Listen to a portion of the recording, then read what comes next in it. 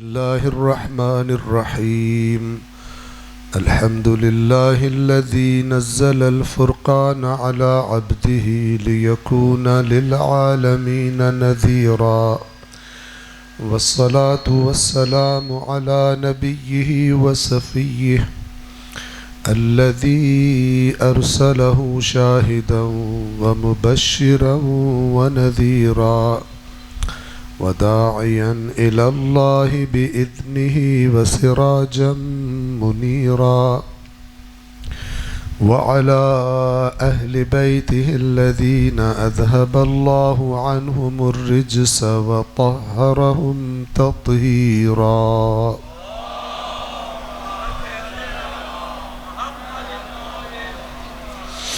أما بعد فقد قال الله تعالى في القرآن الحكيم وهو أصدق القائلين: أعوذ بالله من الشيطان الرجيم، بسم الله الرحمن الرحيم. إن الذين يكفرون بآيات الله ويقتلون النبيين بغير حق ويقتلون الذين يأمرون بالقسط من الناس فبشرهم بعذاب أليم. أولئك الذين حبطت أعمالهم في الدنيا والآخرة وما لهم من ناصرين. صدق الله العلي العظيم. صلوات پڑھیں محمد.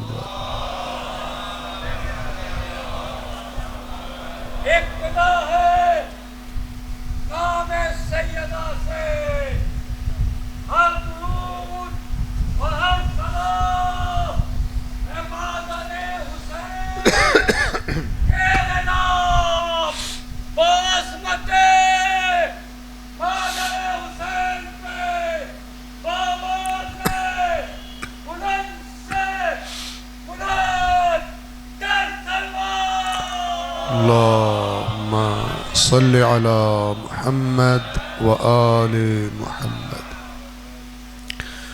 سورہ مبارکہ آل عمران آیت نمبر 21 اور 22. آیت نمبر 21 میں فرمایا: بے شک جو لوگ اللہ کی آیات کا انکار کرتے ہیں. کفر یعنی انکار، اور نبیوں کو ناحق قتل کرتے ہیں. رشتہ ہے اللہ کی آیات کے انکار میں اور اللہ کی آیات پہنچانے والوں کی دشمنی اور ان کے قتل. اتنی بعض لوگوں کو بری لگتی کہ انبیاء کو قتل کرنے سے بھی باز نہیں آتے. کتنے انبیاء ہیں جو قتل ہوئے. یہی کربلا کی راہ میں دنیا کی بے ثباتی اور دنیا کی پستی کا ذکر کرتے ہوئے میرے مولا حسین نے ایک جملہ یہ بھی بولا کہ دنیا کی پستی کی ایک مثال یہ ہے کہ یحییٰ جیسے پاکیزہ انسان کا سر ایک بدکار عورت کے کہنے پر کاٹ دیا گیا، اور اس عورت کو گویا کہ ایک ہدیے کے طور پر، گفٹ کے طور پر حضرت یحییٰ کا سر پیش کیا گیا. کون یحییٰ؟ جس کے بارے میں قرآن گواہی دے رہا ہے: یا یحییٰ خذ الکتاب بقوت. یحییٰ کی، حضرت یحییٰ علیہ السلام کی پیدائش بھی ایک اعتبار سے معجزانہ ہے، کیونکہ حضرت زکریا کی اولاد کی دعا تب قبول ہوئی جب نہ وہ خود طبی اعتبار سے باپ بننے کے قابل رہ گئے تھے، نہ ان کی زوجہ ماں بننے کے قابل رہ گئی تھی. اتنے بوڑھے ہو گئے تھے.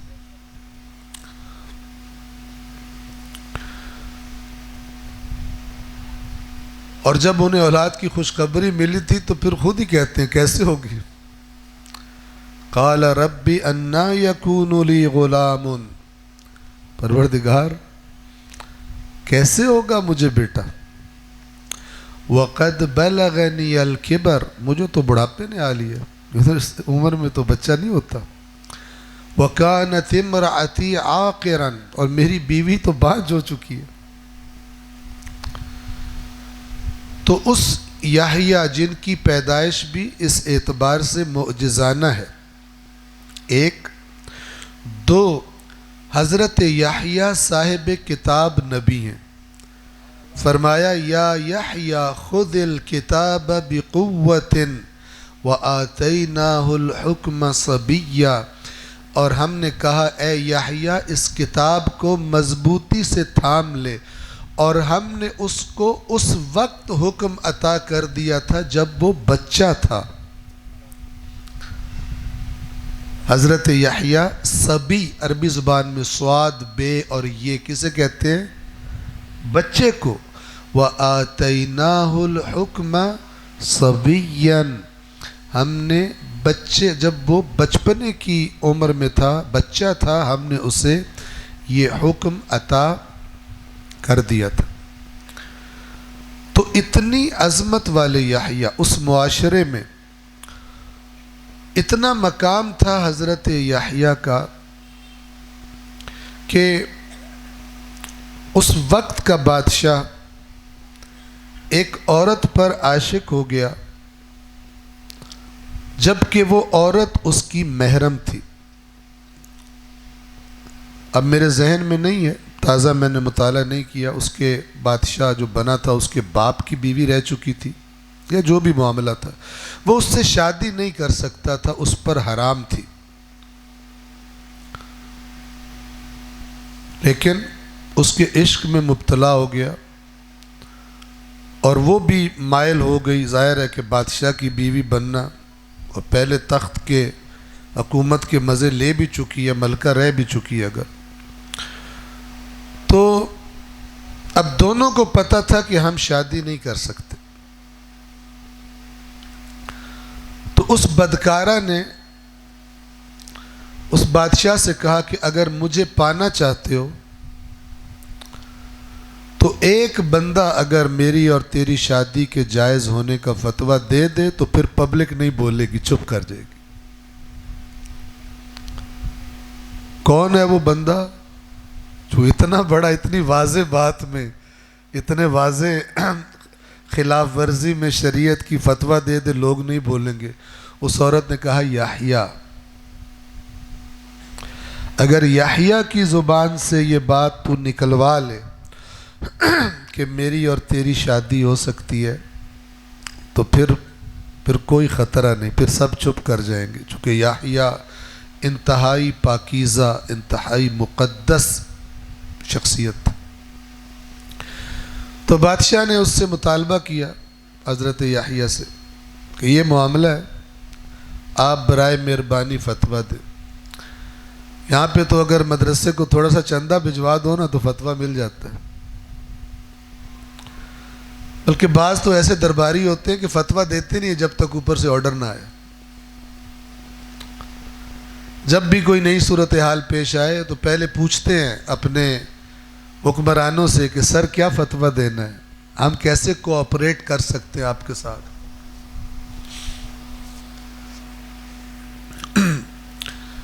فلسطین کا معاملہ آ جائے، پتہ چلے کہ امکان ہے کہ ملک میں مظاہرے ہوں، فتویٰ دیتے ہیں مظاہرے کرنا حرام ہے۔ اپنے حکمرانوں کی اطاعت کریں، آیت پڑھ دیتے ہیں اے ایمان والو اللہ کی اور اطاعت کرو اور رسول کی اور اولی الامر کی، اور اولی الامر سے مراد یہ موجودہ الو کے پٹھے لیے جاتے ہیں۔ توجہ فرما رہے ہیں؟ آپ کو پتہ ہے یہ آیت کہاں اس کی چھری سے کون کون سے شریعت کے قانون کاٹے گئے، اللہ کے احکام کاٹے گئے، چونکہ اولی الامر کہہ رہا ہے، ذل الہی کہہ رہا ہے، چاہے وہ فاسق و فاجری کیوں نہ ہو۔ یہی تو بات تھی جس کی طرف امام حسین توجہ کروا رہے تھے کہ باغ دوڑ اپنی کس کے ہاتھ میں دے رہے ہو۔ وَيَزِيدُ رَجُلٌ شَارِبُ الْخَمْرِ قَاتِلُ نَفْسِ محترمہ معلن بالفسق ومثلی لا یبایع مثلہ، مجھ سے حسین سے انا اہل بیت النبوہ ومعدن الرسالہ ومختلف الملائکہ ومحبت الرحمہ، ہم سے مطالبہ کر رہے ہو کہ بیعت کریں؟ صلوات پڑھیں محمد و آل محمد پر۔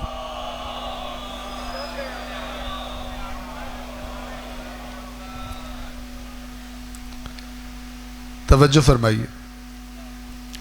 تو میرے مولا حسین نے فرمایا اسی کربلا کے، اسی مدینہ تک کربلا کے زمانے کے دوران کہیں، فرمایا کہ دنیا اتنی گھٹیا ہے کہ ایک بدکار عورت کی خواہش پوری کرنے کے لیے یحییٰ جیسے پاکیزہ انسان کا سر کاٹ کے اس بدکار کو گفٹ کیا گیا، اسے پیش کیا گیا۔ یحییٰ سے جب مطالبہ ہوا، انہوں نے کہا یہ حرام ہے، میں کوئی ایسا فتویٰ نہیں دوں گا، میں کوئی ایسا حکم نہیں دوں گا۔ تو انہوں نے پھر کہا کہ اگر تو اس کا فتویٰ نہیں دیتا تو پھر مرنے کو تیار ہو جا۔ اور اللہ کے جو حقیقی اللہ پر ایمان رکھنے والے ہوتے ہیں ان کے لیے مرنے کا پرابلم نہیں ہوتا، مرنے کا پرابلم ہمیں ہوتا ہے کہ دھاڑ دھاڑ کے تقریر کی، لیکن جب خطرہ محسوس ہوا تو رخ بدل دیا۔ میری مراد یہ نہیں تھی، میری مراد وہ تھی۔ میرے بیان کو توڑ موڑ کے بیان کیا گیا، میرے بیان کو سیاق و سباق سے کاٹ کر بیان کیا گیا، یہ میری پارٹی کی رائے نہیں ہے، میری ذاتی رائے تھی۔ اس طرح کر کے کام کر کے پبلک کو ادھر ادھر کر دیا۔ لیکن اللہ کے نمائندے ایسے نہیں ہوتے، وہ کہتے ہیں مثلی لا یبایع، تیرا مطالبہ ہی بے جا ہے۔ حضرت یحییٰ نے انکار کر دیا تو بادشاہ نے حکم صادر کیا یحییٰ کو کاٹ کے 2 ٹکڑے کر دیا جائے۔ یحییٰ کے بدن کو ایک روایت کے مطابق درخت کے تنے میں ڈالا گیا اور آرے سے درخت کو کاٹ دیا گیا، اور پھر جناب یحییٰ کا سر کاٹ کر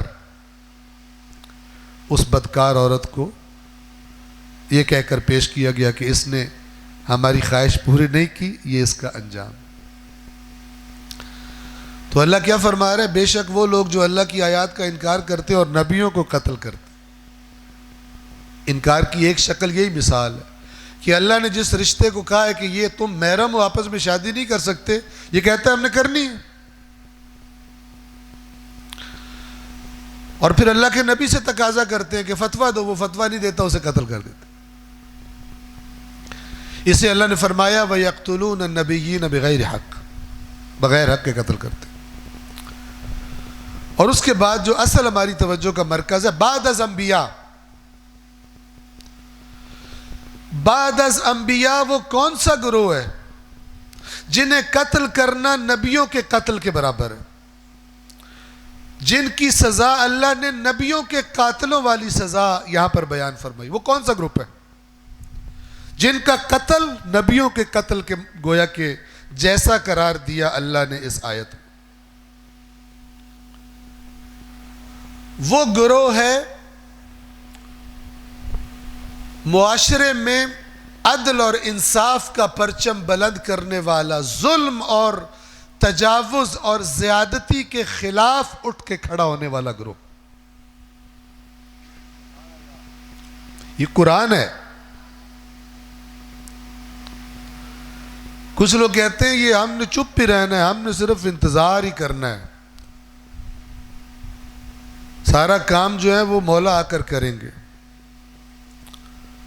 ہم کھانے پینے اور سونے کے لیے اور نسل افزائش نسل کے لیے پیدا ہوئے۔ ادیان میں تحریف اسی طرح ہوتی ہے، قومیں بیکار اسی طرح ہوتی ہے۔ کبھی کہا جاتا ہے تم نے بس رونا ہے، تمہاری جنت پکی ہے، پھر کوئی پاگل ہے کوئی جا کے باہر نکلے اور حکمرانوں کو للکارے، ظالموں کو للکارے؟ دماغ خراب ہے اس کا۔ جب بغیر خطرہ مول لیے وہی پہنچنا ہے جہاں خطرے مول لینے والوں نے پہنچنا ہے، تو پھر دماغ خراب ہے کسی کا۔ سمجھے اس بات کو؟ لہذا بہت سارا جھوٹ گھڑا گیا کام چوروں کو احمقوں کی جنت میں پہنچانے کے لیے، بزدلوں کو جنت کے خواب دکھانے کے لیے بہت سارا جھوٹ گھڑا گیا۔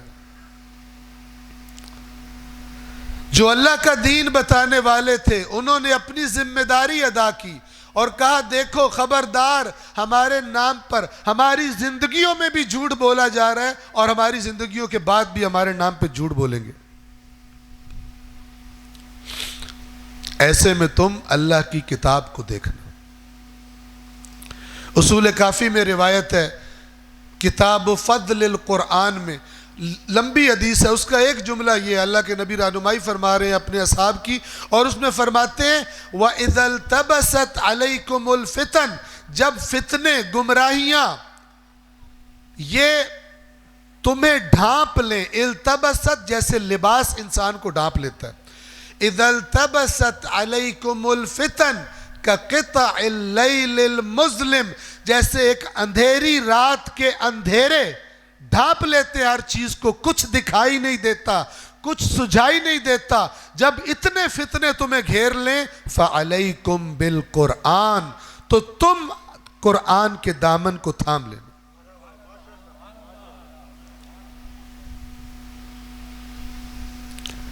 کچھ لوگ اتنے بیزار اور بدکے ہوئے ہیں اللہ کی کتاب سے کہ جیسے ہی قرآن کی تاکید کرو کہتے ہیں یہ حسبنا کتاب اللہ والا، چاہے وہ بیچارہ حدیث ثقلین کی رٹ لگاتا ہو۔ قرآن مجید سے بدکنے والے اللہ تعالیٰ نے بڑی خوبصورت پکچر دکھائی ہے، فرماتا ہے فَمَا لَهُمْ عَنِ التَّذْكِرَةِ مُعْرِضِينَ، سورۃ المدثر، فَمَا لَهُمْ عَنِ التَّذْكِرَةِ مُعْرِضِينَ، انہیں کیا مسئلہ ہے اس نصیحت سے یہ منہ پھیر رہے ہیں، ان کا دل ہی نہیں کرتا کہ اللہ جو بات کر رہا ہے، ویسے بڑا سنتے ہیں جہاں اپنی مرضی کی باتیں ہوں، جہاں اپنی مرضی کے خلاف ہے انہیں قرآن بھی ان کو نہیں اچھا لگتا۔ پھر پکچر کیا بنائی، فرمایا اللہ تو تکلف نہیں کرتا، کأنہم حمر مستنفرہ، ایسے بدکتے ہیں جیسے بدکے ہوئے گدھے۔ گدھا آپ کو پتہ ہے ویسے ہی بڑا دانش مند ہوتا ہے، انٹرنیشنل شخصیت ہے بے وقوفی کے لیے، اور جب بدکا ہو تو پھر نور علی نور، بدکا ہوا گدھا۔ تو اللہ تعالیٰ کو یہ حالت کھوتے گدھے کی پسند آئی ہے، ان کی پکچر دکھانے کے لیے جن کو اللہ کے قرآن سے جن کو بدک پیدا ہوتی ہے، دل نہیں لگتا ان کا۔ جبکہ اللہ نے مومن کی نشانی قرآن میں کیا بتائی ہے، یہ سورۃ الانفال کی دوسری آیت ہے، انما المؤمنون، مومن تو صرف وہ ہیں، اللہ کہہ رہے کوئی دوسرا نہیں، انما، یہ تجربہ کبھی کریں، انما المؤمنون، یہ ٹیسٹ کبھی کریں، اگر رزلٹ پازیٹیو نہ آئے تو پھر کسی اچھے ڈاکٹر کو چیک کرائیں کہ تو بڑی خطرناک بیماری کی علامت ہے۔ قرآن مجید کی لیبارٹری میں لکھا ہے اگر تمہارا دل یہ اس بات پر یہ رسپانس نہ دے تو بہت بڑی پرابلم ہے۔ انما المؤمنون، مومن تو بس وہ ہیں الذین اذا ذکر اللہ وجلت قلوبہم، جب ان کے سامنے اللہ کا ذکر ہوتا ہے تو ان کے دل خوف سے لرزتے ہیں، اس کے سامنے پیش ہونا۔ اور دوسری نشانی، ان کے دل کا لنک ہوتا ہے قرآن مجید کی آیات کے ساتھ۔ قرآن کی آیات جب وہ سنتا ہے تو اس کے دل پہ کیا اثر ہوتا ہے، فرمایا وَإِذَا تُلِيَتْ عَلَيْهِمْ آيَاتُهُ زَادَتْهُمْ ایمانا، اور جب ان کے سامنے اللہ کی آیات پڑھی جاتی ہیں تو ان کے ایمان میں اضافہ کر دیتی، بوریت نہیں ہوتی ان کو۔ اب باقی ٹیسٹ کرنا ہر ایک کا، میرا میرے ذمے اور آپ کا آپ کے ذمے، آیا میرا دل آیات قرآن پر کیسا رسپانس دیتا ہے۔ ایک شاعر شعر پڑھتا ہے، واہ واہ واہ، پھر پڑھنا، کیا بات ہے، مجمع لوٹ لیا۔ کبھی اللہ کی کسی بات پہ اس طرح سے داد دی ہم نے، کیا بات ہے، اللہ نے کیا بات کر دی ہے، مریل ہو جاتے ہیں۔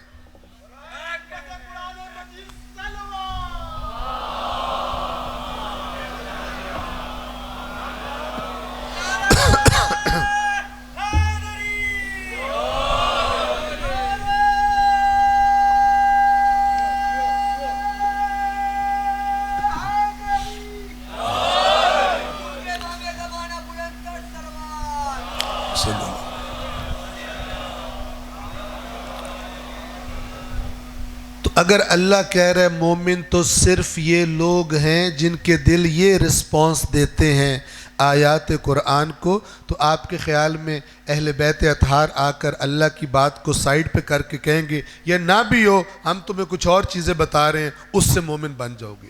ناممکن، امپاسبل۔ اور اگر کہیں پڑھو یا سنو تو جان لو کہ مکر ہے۔ یہاں سے سمجھیں کہ ہمارے درمیان کیوں رواج ہے قرآن کو بغیر سمجھے پڑھنے کا، پتہ ہی نہ چلے کیا گیم ہو رہی ہے، پتہ ہی نہ چلے۔ توجہ فرما رہے ہیں؟ میں اس کی مثال یوں دیتا ہوں، قرآن مجید کو بغیر سمجھے پڑھنا، ویسے قرآن کو دیکھنا بھی ثواب ہے، لیکن میں نے عرض کیا تھا اس کا مطلب یہ نہیں ہے کہ ساری عمر دیکھتا ہی رہے، پھر وہ دیکھنا بھی کبھی کبھی جرم بن جاتا ہے۔ جب جس کو دیکھنا عبادت ہو، جب وہ حکم دے تو حکم نہ مانے، پھر وہ دیکھنا ثواب کی جگہ جرم میں، بدترین جرم میں بدل جاتا ہے کہ تیرے سامنے وہ گئے اور تو نے ساتھ نہیں دیا۔ اسی طرح دیکھنے پر ثواب پہلا سٹیپ ہے، آخری سٹیپ نہیں ہے۔ تو میری مثال پر غور کیجئے گا، بڑی سمجھ میں آنے والی مثال ہے۔ آپ سب نے فیڈر دیکھا ہوا بچے کو جس میں دودھ پلایا جاتا ہے، تو وہ دو حصوں پر مشتمل ہوتا ہے عام طور پہ۔ ایک آگے وہ ہوتی جس کو پیار سے چوسنی بولتے ہیں، اس کو چوسا جاتا ہے، تو جب بچہ اس کو چوستا ہے تو اس کے منہ میں دودھ آتا ہے۔ لیکن بعض لوگوں نے دیکھا کہ کبھی کبھی دودھ اویلیبل نہیں ہوتا، تو بچے کو کیسے ٹرک کیا جائے، تو بغیر دودھ کے چوسنی منہ میں دے دیتے۔ اب چونکہ بچہ ہے وہ سمجھتا ہے وہ چیز آ گئی ہے جس سے دودھ نکلنا ہے، تو بیچارہ محنت کو شروع ہو جاتا ہے، چوستا ہے چوستا ہے چوستا ہے۔ کئی لوگ ساری عمر ایسے ہی قرآن کو چوستے ہیں، اور ہدایت کا ایک قطرہ بھی ان کے منہ میں نہیں آتا۔ توجہ فرما رہے ہیں؟ اور ہماری بہرحال ایک اکثریتی قوم ہے، وہ بچہ تو اگر چھوٹی عمر میں اس کو فرق نہیں پتا تھا، سال ڈیڑھ کے بعد اسے پتہ لگ جاتا ہے، تھوڑی سی اس میں میچورٹی آتی ہے، سمجھ بڑھتی ہے، تو وہ سمجھ جاتا ہے کہ صرف چوسنی اور فیڈر میں بہت فرق ہے۔ اب جب ماں چوسی تھی کہتی نہیں چوسنی نہیں چاہیے، مجھے دودھ چاہیے، ٹھیک ہے مجھے اس بوٹل میں دودھ ڈال کے دو۔ لیکن ہم لوگ اتنے سمجھدار ہیں، 70 سال کے ہو جاتے ہیں، چوسنی اور فیڈر کا فرق سمجھ میں نہیں آتا۔ اتنی سمجھداری ہمارے، اتنے ہم انٹلیکچوئل ہیں دین کے معاملے میں۔ ویسے تو اڑتی چڑیا کے پر گن لیتے ہیں، سیاست پہ بات کرا لو، حالات پہ بات کرا لو، ادھر ادھر نعوذ باللہ آپ نہیں ہوں گے کوئی اور ہوگا، فلموں پہ بات کروا لو، کرکٹ پہ بات کروا لو، ایسے بات کریں گے جیسے ان سے بڑا ایکسپرٹ ہے ہی کوئی۔ اللہ کی کتاب کا نام لو، کویسچن مارک، پتہ ہی کوئی۔ اور اگر کچھ کہو تو کہتے ہیں ہم مسلمان نہیں ہیں، ہم قرآن پر ایمان نہیں رکھتے، لیکن لگے چوسنی پر ہوئے۔ اور کچھ تو ایسے ہیں وہ چوسنی بھی نہیں پیتے، ان کا قرآن صرف قسم اٹھانے کے لیے ہوتا ہے، یا کبھی وایا مولانا صاحب استخارہ کروانے کے لیے ہوتا ہے، وہ بھی مولانا ہی کرتا ہے۔ کبھی استخارہ کر کے آیت بھیجو، اتنی زحمت نہیں کرتے کہ چلو مانا ترجمہ تو دیکھ لے، کہتے مولانا ترجمہ بھی خود ہی دیکھ کے بتاؤ، ہمارے اور کام بہت ہیں۔ اسے قرآن نے فرمایا ہے قرآن کو مہجور کر دیا جائے گا، اور قیامت کے دن جس رسول کی شفاعت کی آس لگا کر بیٹھے ہیں وہ قرآن سے دور لوگوں کی شکایت کرے گا، وہ بھی قیامت کے دن، فائنل ججمنٹ کے دن، کیونکہ اللہ نے سارے نبیوں سے سوال کرنا ہے۔ ابھی آپ کی خدمت میں عرض کروں گا، اس کی طرف آنا ہے، آج پہنچ گیا تو آج، ورنہ جتنا آج اور باقی کل۔ قیامت کے دن ہر نبی کو اللہ نے بلا کر سوال کرنا ہے کہ یہ جو آپ کے بعد آپ کی قوم نے کرتوت کیے ہیں یہ آپ نے کہا تھا ان سے؟ یہ جو پاکستان کا مطلب کیا لا الہ الا اللہ کا نعرہ مار کے ملک لیا گیا اور اس میں پھر ہر بدماشی کو روا کر دیا گیا، یہ آپ نے، یہ دین ان کو آپ نے بتایا تھا؟ آپ نے کہا تھا میری ولادت کا جشن مناؤ اور پھر کرپشن جو مرضی کرتے رہو، آپ نے کہا تھا ان سے؟ آپ نے ان کو کہا تھا جھنڈیاں لگانے اور کیک کاٹنے سے میں تمہاری شفاعت کروں گا چاہے تمہارے ملک کا معاشرہ کرپٹ ترین دنیا کے ممالک میں شمار ہوتا ہو، آپ نے کہا تھا ان سے؟ ابھی آپ کو قرآن سے مثال دوں گا اس کی۔ اللہ حضرت عیسیٰ کی تفتیش کریں گے قیامت کے دن، اے عیسیٰ تو نے کہا تھا ان سے مجھے اور میری ماں کو اللہ بنا لو، معبود بنا لو اللہ کے ساتھ، تو نے کہا تھا۔ حضرت عیسیٰ بے قصور ہیں، وہ داعی توحید تھے، لیکن قوم کی حرکت کا سوال ان سے ہوگا۔ اور میں آپ کو روایات ائمہ بتاؤں گا کہ کسی نے ائمہ پر کوئی جھوٹ باندھا کسی غالی نے، اور وہ سجدے میں گر پڑے، رونے لگے، اور پھر اٹھ کر کہتے ہیں اللہ کی قسم اس جھوٹے نے جو مجھ پر بہتان باندھا ہے میں قیامت کے دن اٹھایا جاؤں گا، پھر مجھے روکا جائے گا اور پھر مجھ سے پوچھا جائے گا، اس جھوٹے کے بہتان کا جواب مجھے دینا پڑے گا۔ ائمہ نے تو جو بتانا تھا بتا چکے، حق ادا کر دیا انہوں نے، تبلیغ دین کا کٹ گئے، عمروں کے حصے جیلوں میں گزار دیے، ساری زندگیاں یا زندان میں ڈالا گیا یا گھروں کو زندان بنا دیا گیا، لیکن اللہ کے دین پہ کوئی کمپرومائز نہیں کیا انہوں نے۔ حفاظت دین ان کا ذمہ تھا۔ تو یہ جو نبیوں کے بعد ہم واپس آئے، نبیوں کے بعد کون سا گروہ ہے کہ جن کی مخالفت گویا نبیوں کی مخالفت سمجھی جائے گی اور جن کا قتل نبیوں کا قتل سمجھا جائے گا؟ وہ کون سا گروہ ہے؟ وہ ہر زمانے میں عدل کی طرف دعوت دینے والا اور عدالت کے لیے اٹھنے والا گروہ ہے، بیٹھا رہنے والا گروہ نہیں ہے۔ فرمایا وَيَقْتُلُونَ الَّذِينَ يَأْمُرُونَ بِالْقِسْطِ مِنَ النَّاسِ، اور جو لوگوں میں سے، سب لوگ تو ایسے نہیں ہوتے، لوگوں کے درمیان جو لوگ عادلانہ حقوق، عدل اور انصاف کا پرچم بلند کرتے ہیں، لفظ استعمال کیا امر، یعنی حکم، ریکویسٹ نہیں کرتے، ٹھیک ہے، پھر جس حد تک جانا ہو چلے جاتے ہیں، انہیں بھی یہ لوگ قتل کر دیتے۔ فبشرہم بعذاب علیم، اے رسول انہیں گڈ نیوز سنا دیں، خوشخبری سنا دیں دردناک عذاب کی۔ اور اگر یہ سمجھے کہ ہمارے نیک کام بھی بہت ہیں تو اولئک الذین حبطت اعمالہم فی الدنیا والآخرہ وما لہم من ناصرین، یہ وہ لوگ ہیں جن کے اعمال، اگر کوئی نیک اعمال ہوں گے بھی تو وہ سارے اللہ نے حبط کر دیے، ضائع کر دیے، نہ دنیا میں کچھ ملے گا ان سے، نہ آخرت میں کوئی فائدہ دیں گے، اور پھر ان کا مددگار بھی کوئی نہیں بنے گا، کوئی ہیلپ پر بھی نہیں آئے گا، نہ عمل کام آئیں گے، نہ کوئی مددگار آئے گا ان کی ہیلپ کرنے کے لیے۔ جرم کیا ہے؟ عدل و انصاف کی مخالفت۔ یہ اللہ نے اپنے تمام رسولوں کے بھیجنے کا ہدف اور مقصد بیان فرمایا۔ اب اس کے تناظر میں آپ اپنے پاکستان کا معاشرہ پیش کر سکتے ہیں رسول اللہ کے سامنے، یا رسول اللہ، اے پروردگار ہمارا معاشرہ عادلانہ معاشرہ ہے۔ آپ تو اللہ تعالیٰ کو اپنے بجلی کا بل ہی دکھا دیں تو پتہ چل جائے گا ظالمانہ معاشرہ۔ توجہ فرما رہے ہیں؟ کہاں پر عدل ہے؟ یہاں پر جہاں ہر کام کی رشوت دینی پڑتی ہو۔ بیٹا کسی محکمے ملازم ہے، باپ سے کہتا ہے ابا میں تو میری مجال کھاؤں لیکن وہ باقیوں کو دینا ہے۔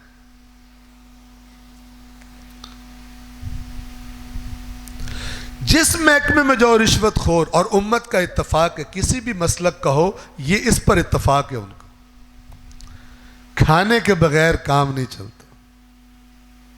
یہ معاشرہ، یہ سوسائٹی، یہ محکمانہ کاروائیاں، یہ رشوتیں، یہ فراڈ، یہ جھوٹ، یہ اللہ کے نبی کو پیش کرنے کے قابل ہیں۔ آپ کے لائے ہوئے دین کے نام پہ ہم نے ہندوؤں سے ملک الگ کیا تھا، وہاں پر ہم اسلام کو پریکٹس کر سکیں۔ وہ ہندو آگے نکلے جا رہے ہیں، یہ مسلمان پیچھے مارے کھا رہے ہیں۔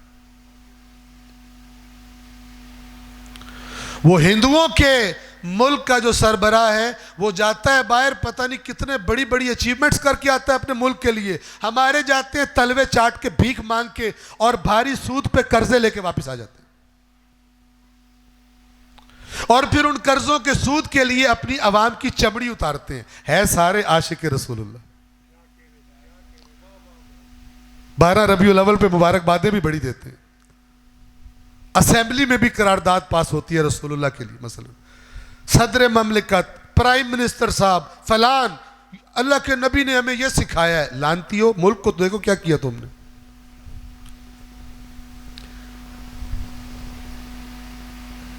ہماری قوم جسے تبرہ جس کا اعتقاد ہے، اس نے بھی تبرہ بڑا کیئرفلی ماضی کے ساتھ محدود کر دیا ہے۔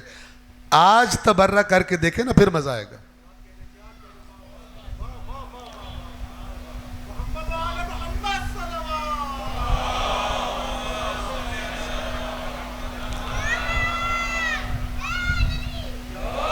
امام حسین فرما رہے تھے کہ اے پروردگار، تیرے دین کی جو حدود معطل ہو گئی ہیں ان کے احیاء کے لیے میں نکلا ہوں۔ تو آج جن لوگوں نے، ایک اس زمانے کے حکمران نے حدود الہی پامال کی ہوئی تھی، حسین نکلے، آج کے حدود الہی پامال کرنے والے کے لیے حسینی کیوں نہ نکلے؟ کس نے کہا ہے؟ اس کو میں کہتا ہوں، یہ وہ لوگ ہیں جن کو یہ بتایا گیا کہ امام حسین کو 61 ہجری میں ہی قید رکھنا، اپنی زندگی کے لیے رہنمائی کسی اور سے لینا۔ امام حسین تمہارا رہنما نہیں ہے، امام حسین صرف بخشش کے لیے اور حاجتیں پوری کروانے کے لیے، گائیڈنس کے لیے کوئی اور ہے۔ اس طرح گمراہ کیا جاتا ہے، اس طرح کے نظریات ترویج کیے جاتے ہیں، رائج کیے جاتے ہیں قوموں میں، اور وہ ہوتے بھی آسان ہیں، سختیاں نہیں ہوتی ان میں، بندے اس کی طرف مائل ہو جاتے ہیں۔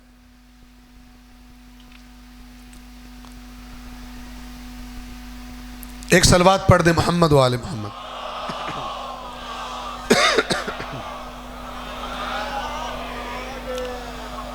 ایک مثال آج آپ کی خدمت میں اس باقی ماندہ وقت میں عرض کرنا چاہتا ہوں۔ یہ جو ہمارے ائمہ اطہار نے، یہ جو ہماری مجلس ہے، یہ وہ ٹریڈیشنل قسم کی، رسمی قسم کی مجلس نہیں ہے، یہ اس دین کو سمجھنے کے لیے ہے جسے حسین نے بچایا تھا۔ یہ نہ داد مانگنے کے لیے ہے اور نہ آپ سے عرض ہے کہ داد دینے کے لیے ہے۔ اس مجلس کا فائدہ اسی کو ہے جو غور کرے اور سیکھ کے اٹھے اور اپنے اندر احساس سے ذمہ داری پیدا کر کے اٹھے، اور اس گیٹ سے باہر کی زندگی کے لیے یہاں سے گائیڈنس لے کے جائے، نہ کہ گیٹ سے باہر کی زندگی اور اس گیٹ سے اندر کی زندگی اور۔ وہ مجلس حقیقی مجلس ہے، ورنہ نہیں۔ توجہ فرمائیں، آپ کے سامنے ایک حدیث پڑھنے لگا ہوں، اس حدیث کو غور سے سنیے گا۔ ممکن ہے آج میں جہاں تک پہنچ پایا وہاں تک پہنچوں گا، اور اگر بات انکمپلیٹ رہ جائے تو آپ نے بے صبرے نہیں ہونا کہ یہ تو بڑی پریشانی ہو گئی، کل تک صبر کرنا ہے۔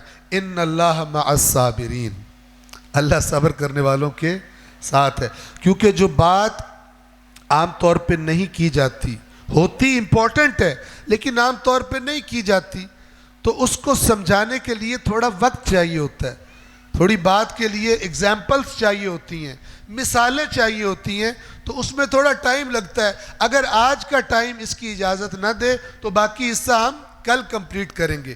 بتانے ہم آپ کو کیا لگنے ہیں، کیا بتانے لگا ہوں میں آپ کو؟ ایک مثال کے ذریعے سے، بلکہ چند مثالوں کے ذریعے سے یہ بتانے لگا ہوں کہ کس طرح حدیث کو آنکھیں بند کر کے حدیث نہیں سمجھنا چاہیے جب تک کہ جس موضوع پر حدیث بات کر رہی ہے اس موضوع پر اللہ کی کتاب کی بات کو نہ دیکھ لیا جائے، اس وقت تک آنکھیں بند کر کے حدیث قبول کرنا صحیح نہیں۔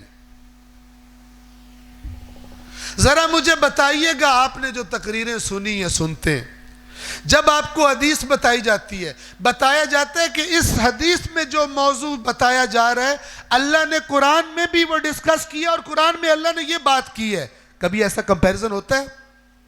مجھے پتہ نہیں ہوتا، اگر ہوتا بھی ہے تو بہت کم۔ یہ بہترین کتاب کی بدترین بے قدری ہے۔ توجہ فرما رہے ہیں؟ یہ ائمہ اہل بیت کی تاکید کے ساتھ جو انہوں نے ریکومنڈ کیا ہے طریقہ گمراہی سے بچنے کا، اس کو ایک سائڈ پہ کر دیا گیا، سٹوریاں سنا کے۔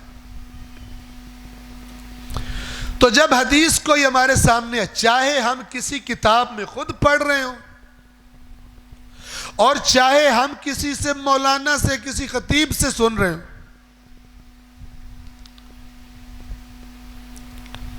اور سوائے اللہ کے نیک مخلص بندوں کے جو شاعر ہوتے ہیں، شاعروں کو تو حدیث کی ضرورت نہیں ہوتی، وہ تو تخیل پہ چلتے ہیں۔ توجہ فرما رہے ہیں؟ ایک جگہ میں بیٹھا تھا، کسی جگہ کسی گھر میں گیا، وہاں پہ شاعر صاحب فرما رہے تھے، میں جب گیا زیارت کے لیے تو پھر مجھے فرشتوں نے کہا کہ تو جو مرضی کر لے، اب تیرا حساب ہی کوئی نہیں، اپنا تو بیڑا گھر کیا ہی ہوا ہے، سننے والوں کا بھی بیڑا گھر کر دے۔ تو ایک صاحب جو ہے انہوں نے شعر سنا، تھوڑی سی داد بھی دی، پھر پیچھے کانی آنکھ کر کے میری طرف بھی دیکھا، بھی مولانا داد دے رہا ہے یا داد نہیں دے رہا؟ تو اللہ تعالیٰ نے مجھے داد دینے سے محفوظ رکھا۔ تو جب اس نے دیکھا یہ داد نہیں دے رہا تو پھر مجھے کہتا ہے کہ پھر آپ ایسا کریں، آپ آہستہ سے کان میں، کہ آپ جب جا کے بیٹھے ممبر پر، کرسی تھی وہاں پر گھر میں، تو جب آپ وہاں پہ جا کے بیٹھے تو پلیز ذرا تھوڑا سا اس پہ روشنی ڈال دیں کہ جو انہوں نے ارشاد فرمایا وہ صحیح ہے یا صحیح نہیں ہے۔ اب یہ بڑا سخت مرحلہ ہوتا ہے، شاعر سے پھڈا مول لینا یہ آسان کام نہیں ہے۔ بعض شاعروں کو ائمہ پیسے دیتے اس لیے تھے کہ بکواسات نہ کریں، پیسے لے کے چپ کر جائیں۔ یہ ان کی بات نہیں کر رہا جو واقعاً مخلص ہیں اور واقعاً حب اہل بیت میں اور صحیح بات کرتے ہیں اور اپنی حدود و قیود سے آگاہ ہیں کہ کس حد کو ہم نے کراس نہیں کرنا، ان کی بات نہیں کر رہا میں، دنیا پرستوں کی۔ اس محفل میں گئے ادھر کی باتیں، اس محفل میں گئے ادھر کی باتیں، فاسقوں کی محفل میں بیٹھے شراب کی تعریفیں۔ توجہ فرما رہے ہیں؟ نیکوں کی محفل میں آئے تو گرگٹ کی طرح رنگ بدل لیا، ان کی پسندیدہ، ان کے اچھے ٹاپکس، ان کے پسندیدہ ٹاپکس کو ڈسکس کرنا شروع کر دیا۔ تو جب بھی کوئی ہم حدیث سنیں، یہ جو بات کر رہا ہوں یہ ائمہ کی بات ہے، دسیوں حدیثیں ہیں، میں آپ کو تاکہ آپ کو ذرا سمجھنے میں آسانی ہو ایک حدیث کے لفظ بتا دیتا ہوں۔ فرمایا کہ جب بھی ہم سے منسوب بات سنو، فاتقوا اللہ، تو اللہ سے ڈرو۔ یا ابن رسول اللہ، کیا مطلب؟ آپ کی حدیث سن کے اللہ سے کیسے ڈریں؟ کہا فاتقوا اللہ، اللہ کا تقوی اختیار کرو، ولا تقبلوا علینا ما خالف قول ربنا، اور نہ قبول کرنا ہم پر کی گئی وہ بات جو ہمارے رب کے قول کے مخالف ہو، مت قبول کرنا۔ یہ ان کی ریکومنڈیشن۔ تو اب یہ فارمولہ کیسے اپلائی کرنا ہوتا ہے آپ کی خدمت میں عرض کر رہا ہوں۔ اس فارمولے کی پہلی ضرورت اللہ کی کتاب کا مطالعہ ہے۔ ائمہ اہل بیت نے کیا طریقہ بتایا؟ فرمایا یہ جو قرآن ہے یہ بندے کا اور اللہ کا باہمی ایگریمنٹ ہے، عہد نامہ ہے۔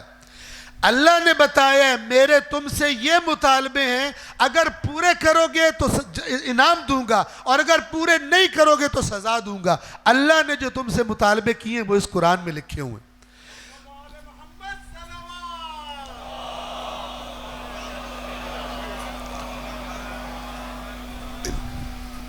کوئی اور چیز ہے؟ صلوات پڑھ دیں پھر محمد والے پر۔ اللہ نے جو مطالبے کیے ہیں وہ کہاں لکھے ہیں؟ اس قرآن میں۔ تو پھر فرمایا ینبغی للمرء المسلم، ایک مسلمان شخص کو زیب دیتا ہے کہ اپنے عہد نامے کو ہر روز پڑھے۔ عہد نامہ پڑھا جاتا ہے سمجھ کے یا سمجھے بغیر؟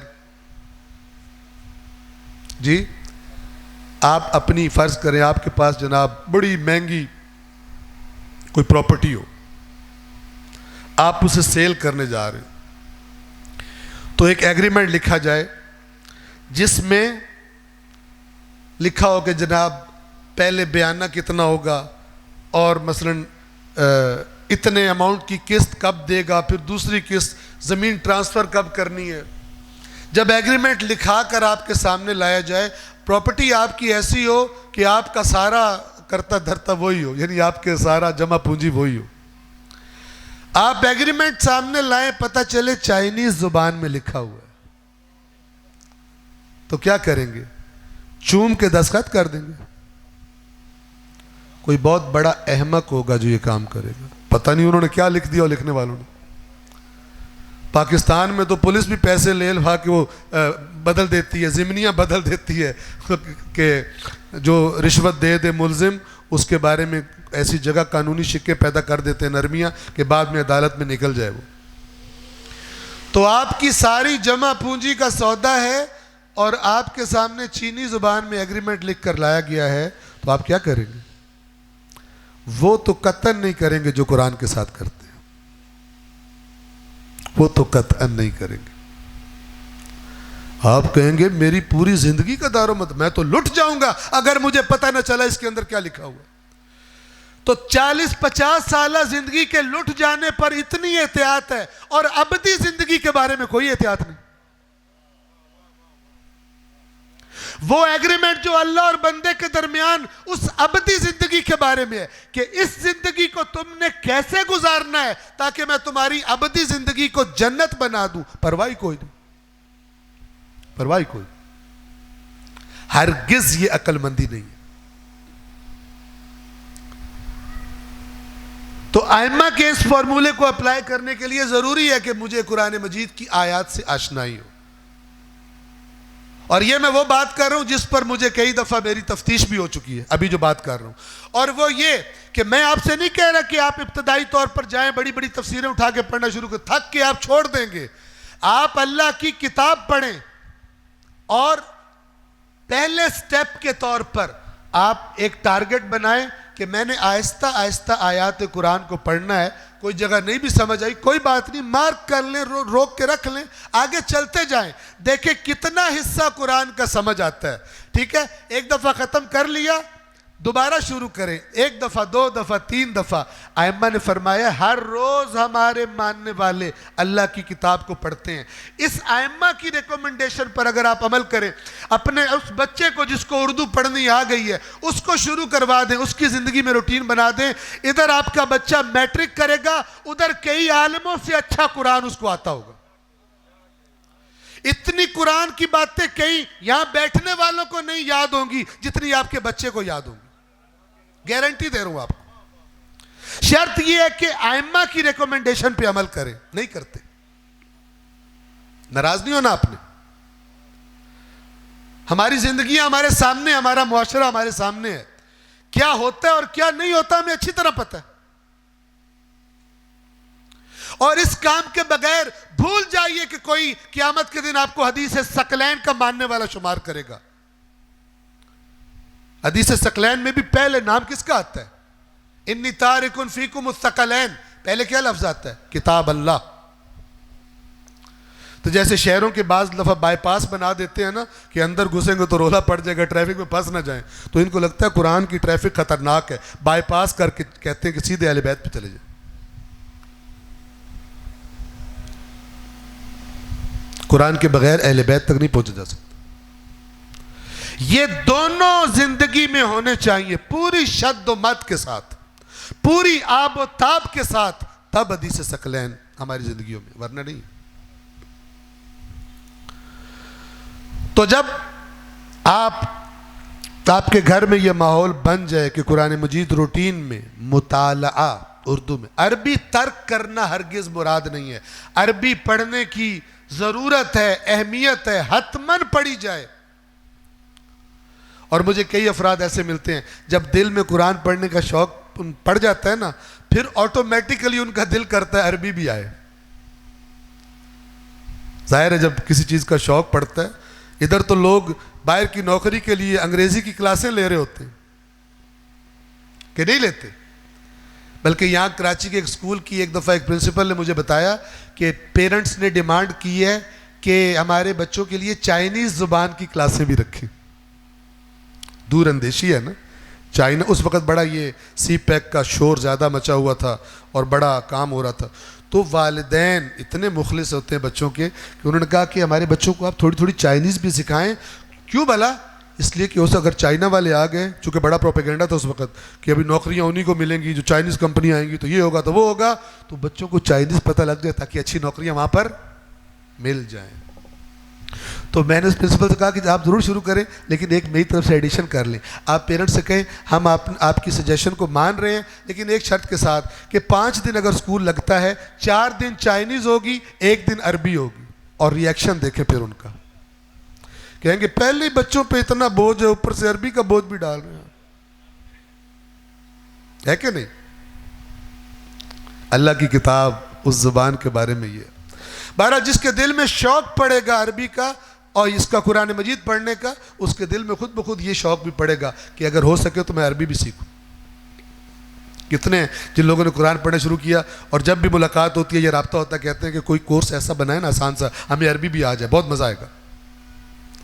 اردو اب ہمیں وہ مزہ نہیں دے رہی ترجمے میں، دل کرتا ہے عربی بھی پڑھے.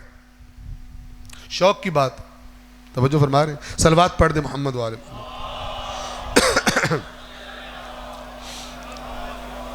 تو آج کیونکہ وقت تمام ہو رہا ہے، میں آپ کو صرف حدیث سنا رہا ہوں.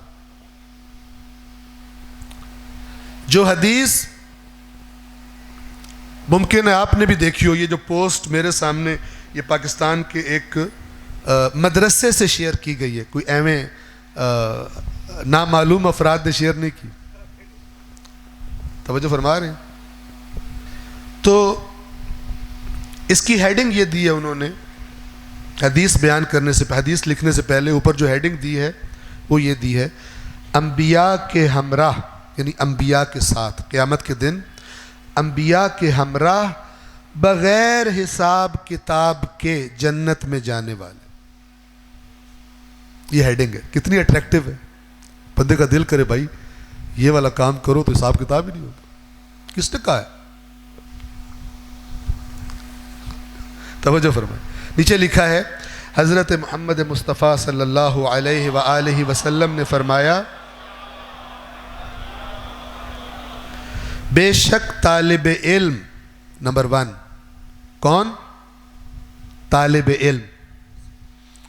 دنیا والوں کو، دنیا کی تعلیم کو فی الحال چھوڑ دیں، ہم اکتفا کرتے ہیں دینی طالب علم جو دینی تعلیم حاصل کرتے ہیں. مثلا مثال دے رہا ہوں، بے شک طالب علم پہلا گروہ. دوسرا گروہ شوہر کی اطاعت گزار زوجہ. اچھا یہ حدیث ایک ایسے گروپ میں شیئر ہوئی جس میں اکثر ہمارے جاننے والے ہوتے. جس بندے نے شیئر کی اس کو بھی میں جانتا تھا اور رشتہ دار ہی سمجھ لیں، ان کی بیگم بھی اسی گروپ میں تھی. تو اصل میں انہوں نے بعد میں کہا بیگم کے لیے شیئر کی تھی. شوہر کی اطاعت گزار بیوی. اور تیسرا گروہ والدین کی فرما بردار اولاد. انبیاء کے ہمراہ، سبحان اللہ نہیں کہنا ابھی، انشاءاللہ کل کہیں گے، ادھار رکھ لو. انبیاء کے ہمراہ بغیر حساب و کتاب کے جنت میں داخل ہوں گے. بات تو ہے سبحان اللہ والی، لیکن پلیز ابھی روک کے رکھیں، انشاءاللہ کل سارا تجزیہ کر کے اینالائز کر کے آیات قرآن کو سامنے رکھ کے پھر دیکھیں سبحان اللہ کیسے بنتی ہے. یہاں تک کئی باہر آتی ہے، ریورس ہو جاتی ہے، واپس چلی جاتی ہے. البتہ خود سبحان اللہ تو عبادت ہے کہنا، اللہ ہر عیب سے پاک. توجہ فرما رہے ہیں. لیکن بطور داد، ابھی کئی لوگ جب سبحان اللہ کہتے ہیں نا تو مراد سامنے والے کو داد دینا ہوتا ہے، معنی ذہن میں نہیں ہوتا کہ اس سے مطلب کہ اللہ ہر عیب سے پاک ہے. وہ سامنے کو واہ واہ کی جگہ سبحان اللہ کہہ دیتے. توجہ کراؤ تو تب کہتے ہیں جی ہم تو سبحان اللہ، یعنی اللہ تعالیٰ کی تعریف کر رہے تھے، اصل میں اللہ کی نہیں کر رہے ہوتے، سامنے والے کی. تو یہ حدیث آپ نے ذہن نشین فرمانی ہے. بے شک طالب علم، شوہر کی اطاعت گزار زوجہ، اور تیسری والدین کی فرما بردار اولاد. انبیاء کے ہمراہ بغیر حساب و کتاب کے جنت میں داخل ہوں گے. یہ ہے بطور حدیث. ٹھیک ہے. اس حدیث کا معنی اور مفہوم، آیا اس کے کوئی ٹرمز اینڈ کنڈیشنز ہیں یا نہیں ہیں؟ یہ موضوع جنت میں جانے والوں کا حساب کتاب ہوگا یا کوئی ایسا گروہ بھی ہے کہ جس کا حساب کتاب نہیں ہوگا، اس کے بارے میں قرآن مجید نے بہت زیادہ بات کی ہوئی، تھوڑی بھی نہیں کی ہوئی. بہت زیادہ اس کو ڈسکس کیا کہ قیامت کے دن 1/3 قرآن قیامت کے بارے میں. اگر آپ قرآن کو 3 حصے کرو تو ایک حصہ 3 میں سے آخرت اور قیامت کے بارے میں.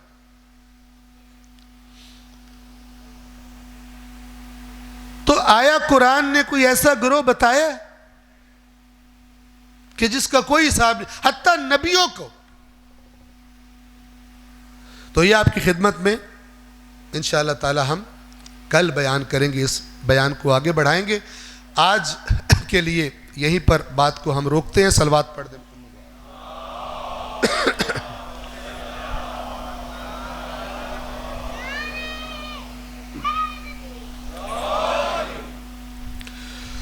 تو میں ان مجالس میں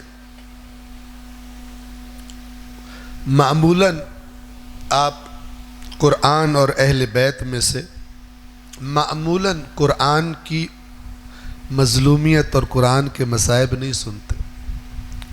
تو میں پہلے حصے میں آپ کو تقریباً قرآن کے مصائب سنا رہا تھا، قرآن پر کیا مصیبتیں آئیں. اللہ کی طرف سے جو بھی چیز رہنمائی کے لیے آئی ہو، اس پر سب سے بڑا ظلم یہ ہے کہ اس سے رہنمائی نہ لی جائے. ویسے بڑی عقیدت ہو لیکن جس کے لیے وہ بھیجا گیا ہے وہ کام نہ لیا جائے، یہ اس کے لیے سب سے بڑی مظلومیت ہے. اہل بیت سب سے زیادہ کیا چاہتے ہیں؟ سب سے زیادہ یہ چاہتے ہیں کہ اللہ کی زمین پر اللہ کی اطاعت ہو، نافرمانی نہ ہو. اور اسی مقصد کے حصول کے لیے وہ اپنے اپنے زمانے کے ظالموں سے ٹکراتے ہیں. اور ظالموں کو ان سے خوف ہے. کیوں پابندیاں تھی ائمہ پر؟ کیوں زندان دیکھے؟ کیوں ان کے گھر زندان بنا دیے گئے؟ کیوں کسی کو زہر دے دیا گیا؟ کیوں کسی کو ذبح کر دیا گیا؟ یہ جس کو سورہ آل عمران کی آیت نمبر 21 میں اللہ نے فرمایا نا کہ یہ امر بالقسط کرنے والوں کو قتل کرتے ہیں. تو یہ جو گروہ ہے اس کے سردار نبیوں کے بعد اہل بیت ہے. رسول اللہ کے بعد امر بالقسط کرنے والے اس لشکر کے سالار کون ہیں؟ آل رسول. اس گروہ کا جس کا قتل کرنا نبیوں کے قتل جیسا ہے، اس کے سردار، ایک سردار کا نام حسین ابن علی. آج 2 محرم ہے. امام حسین کا قافلہ منزلوں پر منزلیں طے کرتا ہوا کربلا کی طرف رواں دوا ہے.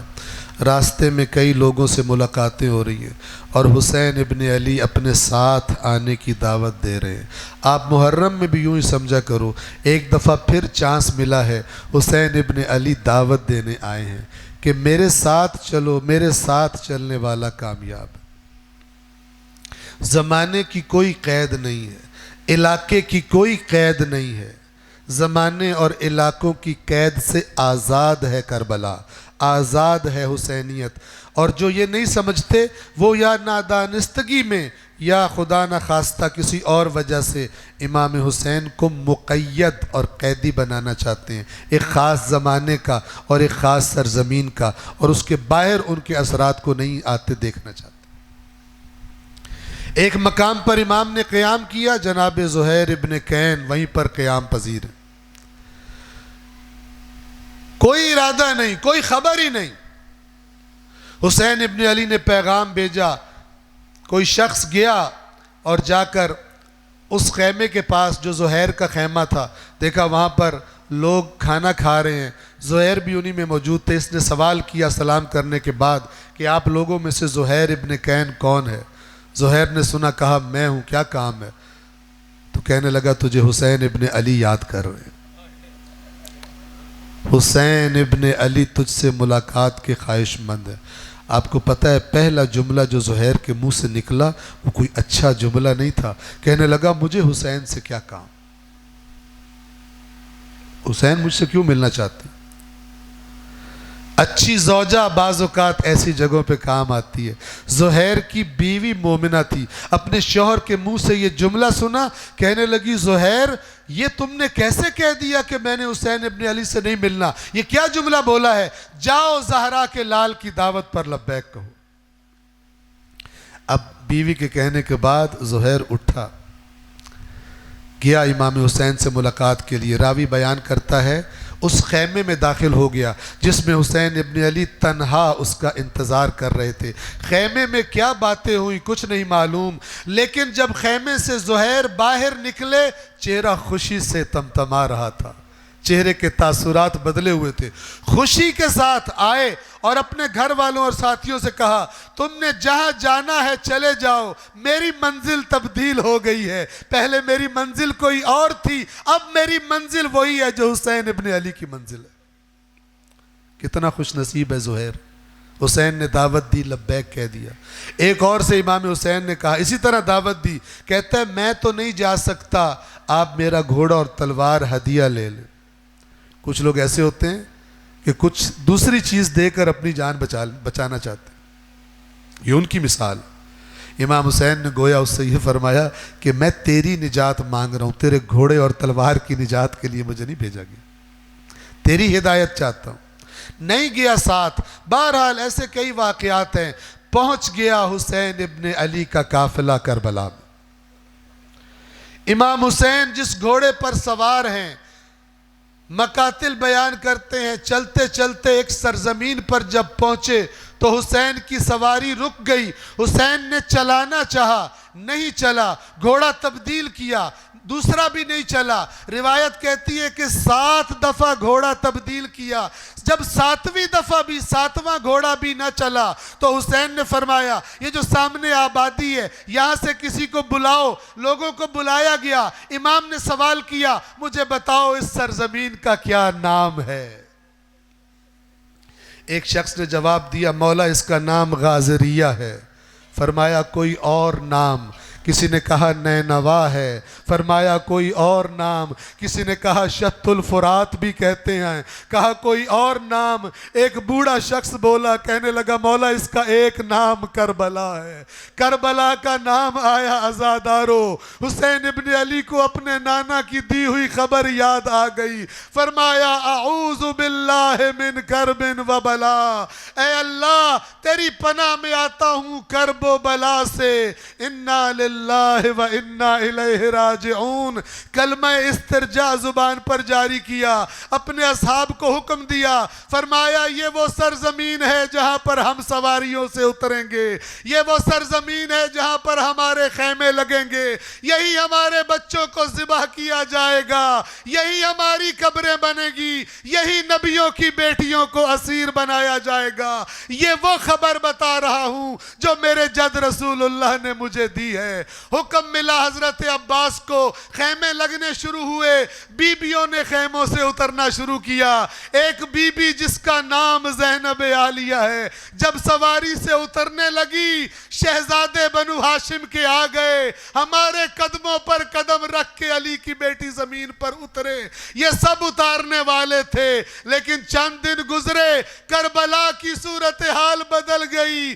11ویں محرم کا سورج طلوع ہوا، وہی بی بی زینب جن کو اتارنے کے لیے سب بنو ہاشم آ گئے تھے، اب سواروں کو، قیدیوں کو سوار کرایا، بے پالان اونٹوں پر اپنی بہن ام کلثوم کو بھی سوار کرایا۔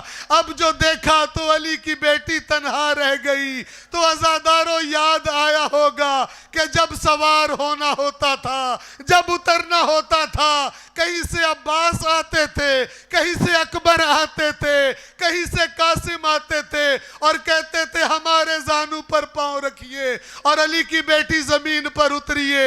ایک دفعہ دیکھا حسین کی لاش کی طرف، ایک دفعہ دیکھا اس طرف جہاں عباس کی لاش پڑی تھی، اور فرمایا بھیا حسین آ کر دیکھ لو، جس زینب کو ساتھ لائے تھے، آج کربلا میں تنہا کھڑی ہے اور اسے سوار کرانے والا کوئی نہیں۔